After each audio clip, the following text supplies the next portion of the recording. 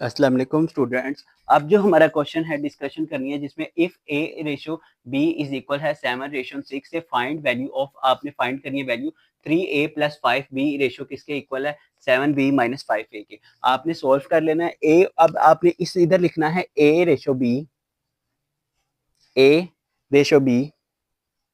Is equal है 7:6 के equal है। अब ए एक वही चीज जो डिवाइड हो रही है उसको आपने डिवाइड कर देना है, 7:6 आपके पास आ जाएगा। अब ये वाली जो है अब वैल्यूज को आपने सेम लिख देना है, 3a + 5b ratio 7b - 5a आपने लिख देना is equal to 3a +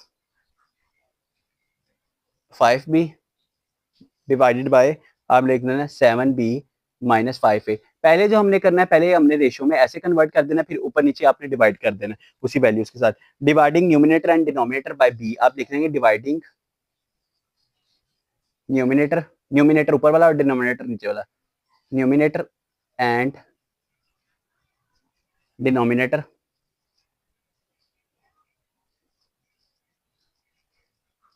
bye b। आपने ऊपर नीचे आपने दोनों को b के साथ मल्टीप्लाई कर देना है, डिवाइड कर देना, 3a + 5b divided by b 7b - 5a और b। अब दोनों b को आपने मल्टीप्लाई कर दिया इज इक्वल्स टू, अब आपके पास आ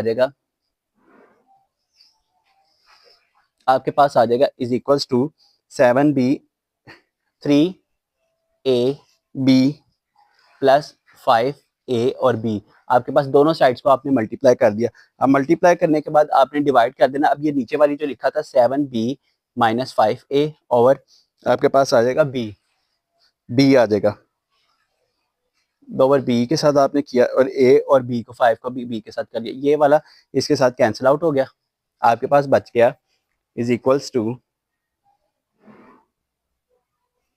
पुटिंग। अब आप लिखेंगे पुटिंग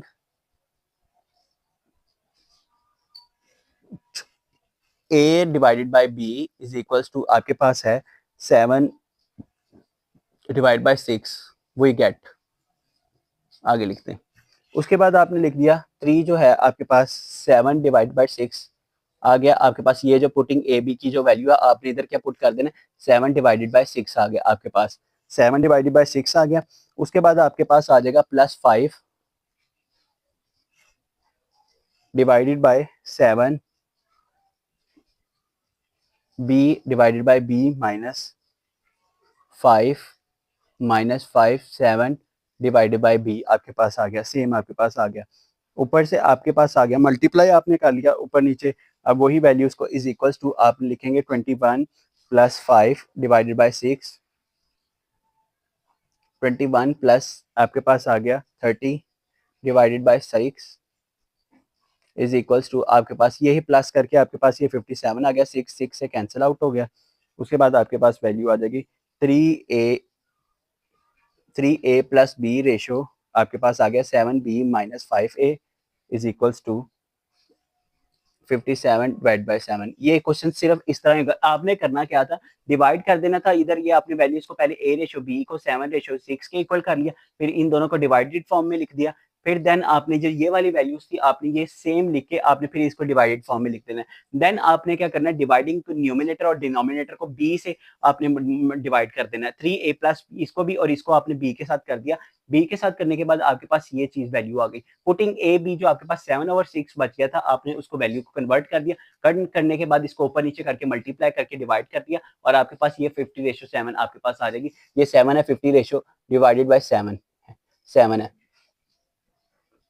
ये इतना करके उसके बाद आपने इस तरह यही वैल्यूज के हमने वो कह रहा है कि फाइंड करनी है वैल्यू, इसकी फाइंड करनी थी कि इसके इक्वल आनी चाहिए वैल्यू। फिर तो हमारे पास 51 डिवाइडेड बाय 7 आ गया। तो आपके पास ये इसका आंसर आ गया। होप सो आपको अच्छी लगी हो तो वीडियोस को लाइक कर दें, कमेंट कर दें और शेयर कर दें, ताकि न्यू आने वाली वीडियोस की अपडेट आप तक पहुंचती रहे। Thank you.